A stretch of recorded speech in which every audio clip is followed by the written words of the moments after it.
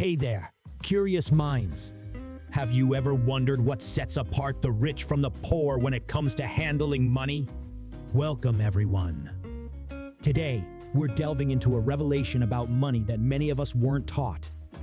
Stick around until the end, because I'm about to share some eye-opening insights with you. Number 5 on the list. We have a stark difference. Rich people buy time while poor people sell time. The wealthy understand the value of their time, investing it wisely, while others exchange their time for money, often limiting their potential. In position number 4, it's about assets versus liabilities. Rich individuals focus on purchasing assets that generate wealth, whereas those struggling financially often invest in liabilities that drain their resources. Coming in at number 3, it's the power of delayed gratification versus keeping up with the Joneses.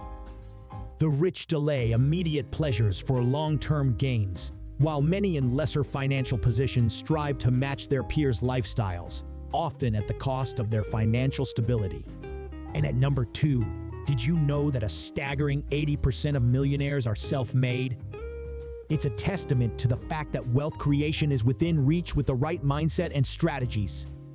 Finally, the biggest reveal at number 1, the story behind each structure intertwines to form a narrative of understanding money as a tool for creating wealth. Rich individuals leverage time, asset acquisition, delayed gratification, and self-made success to pave their financial journey. Let us recapping those key points we mentioned earlier. Rich buy time, poor sell time. Rich focus on assets, poor buy liabilities. Rich delay gratification and poor keep up with others. 80% of millionaires are self-made. These elements interconnect to shape financial success. I'd love to hear your thoughts.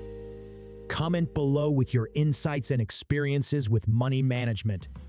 Engage with the community and share your takeaways from these crucial money lessons. With that said, thanks for watching, and until next time, remember to subscribe for more insightful content.